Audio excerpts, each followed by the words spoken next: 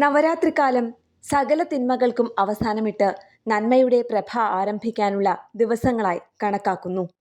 അപരാജിതയായ ദേവിയുടെ ദുർഗ, ലക്ഷ്മി, സരസ്വതി ഭാവങ്ങളെ ഉൾക്കൊള്ളുന്ന സാധനാ ദിനങ്ങളാണ് നവരാത്രിയിലെ അവസാന 3 ദിനരാത്രങ്ങൾ.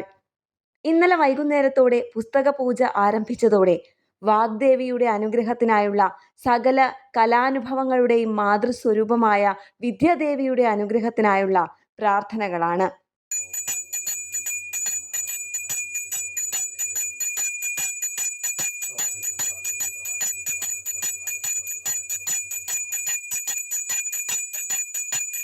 എല്ലാ വർഷവും കന്നിമാസത്തിലെ കറുത്ത പ്രഥമ മുതൽക്കുള്ള 9 ദിവസങ്ങളാണ് നവരാത്രിയായി ആഘോഷിക്കാറുള്ളത്.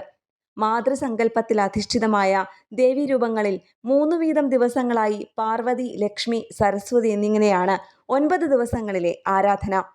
നവരാത്രി കാലത്ത് ആദിപരാശക്തിയുടെ 9 രൂപങ്ങളായ ശൈലപുത്രി, ബ്രഹ്മചാരിണി, ചന്ദ്രഖണ്ഡ, കുഷ്മാണ്ഡമാത, സ്കന്ദമാത, കാർത്യായനി, കാലരാത്രി, മഹാഗൗരി, സിദ്ധിദാത്രി എന്നീ നവദുർഗമാരെയും ആരാധിക്കുന്ന രീതിയുണ്ട്. നവരാത്രി ആഘോഷങ്ങളിൽ പുസ്തക പൂജ ദുർഗാഷ്ടമി ദിവസമാണ്. അതായത് അഷ്ടമി തിഥി വരുന്ന വൈകുന്നേരമാണ് പൂജവെപ്പ്. വിജയദശമി ദിനത്തിൽ വിദ്യാരംഭം കുറിക്കാം. സംഗീത, നൃത്ത, വാദ്യാദി കലകളും എഴുത്തും വിദ്യാഭ്യാസവും തൊഴിൽ നൈപുണ്യവുമെല്ലാം ഉത്തമമാകുന്നതിനായാണ് സരസ്വതി ദേവിയെ പൂജിക്കുന്നത് എന്നാണ് വിശ്വാസം. പുസ്തകത്തിനെ സരസ്വതിയായി പൂജിക്കുക എന്നതും കേരളീയ വിശ്വാസങ്ങളിലുണ്ട്.